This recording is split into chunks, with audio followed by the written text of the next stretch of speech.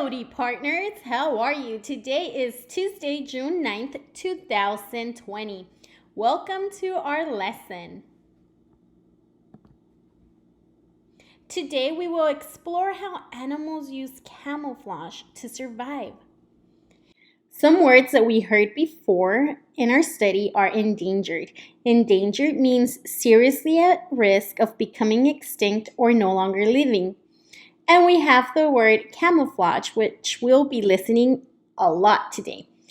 The hiding or disguising of something by covering up or changing the way it looks. Today, we will be watching this video on camouflaging. As we listen, I want you to think about these questions. What are the different ways camouflage helps animals survive? Why is it important that they can do that? All right, let's get started.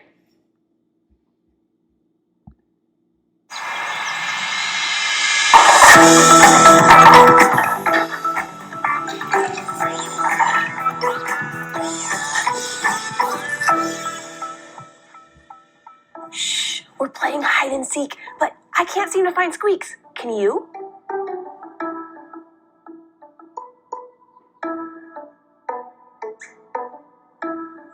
Ha! Found ya! Here at the fort, we're pretty good at hide and seek. You know why? Because we've learned a lot of great tricks from nature. There are lots of kinds of animals that have their own kind of hide and seek. Some animals hide so they can sneak up on their prey. Other animals hide so they don't become dinner. Either way, these animals don't hide behind curtains or under tables like we do when we want to play hide and seek. They hide in plain sight.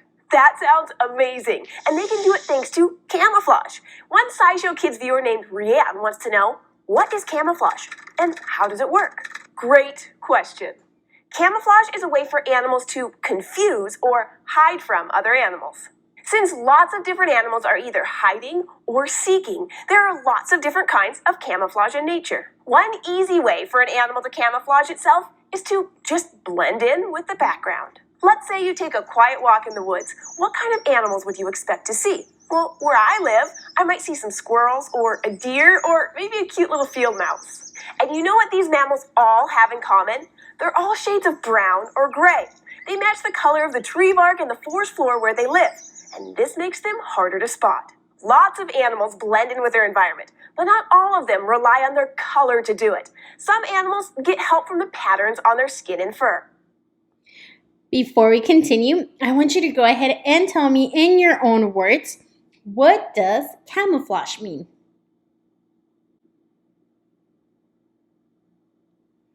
Excellent job, boys and girls. Let's continue listening.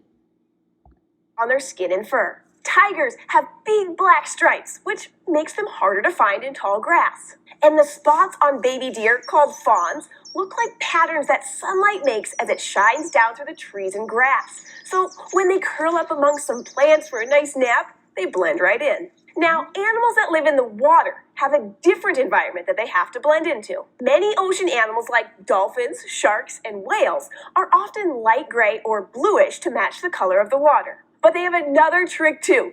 They're lighter on their stomachs than they are on their back. Look at this shark. It's called a gray reef shark. If you were swimming above the shark looking down, its blue and gray back would blend in with the waters of the ocean below it. But if you were swimming under the shark and looking up, its white belly would match the lighter water above as the sun shines through it. You might say this shark is covered from top to bottom. And some animals don't just take on the color or pattern of their surroundings. They camouflage themselves using their shape. Take a look at this guy.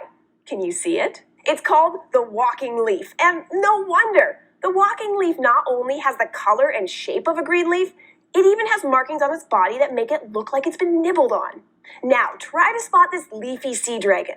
Covered in small fins all over its body, the leafy sea dragon blends perfectly in the seaweed where it lives. The leafy sea dragon even moves like a piece of seaweed, gracefully tumbling around in the water.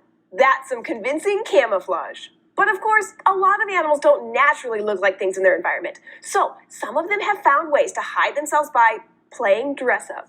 The dresser crab walks along the seafloor looking for little things that it can wear on its shell, like coral, sea anemones, or seaweed. When it's all covered up and sitting still, the crab is nearly invisible. Then there's this insect called the masked hunter. When they're young, masked hunters are covered in tiny hairs. When it throws dust on top of its body, it sticks to the hairs, covering it completely. It's kind of like an invisibility cloak. So there you have it. Animals use all kinds of tricks to keep them hidden, and every animal has a slightly different way to do it, depending on what kind of animal it is and where it lives. Thanks for learning about camouflage with us. Do you have a question about something that you'd like to learn more about? Get help from a parent and leave a comment below, or email us at kids@thescishow.com, and we'll see you next time.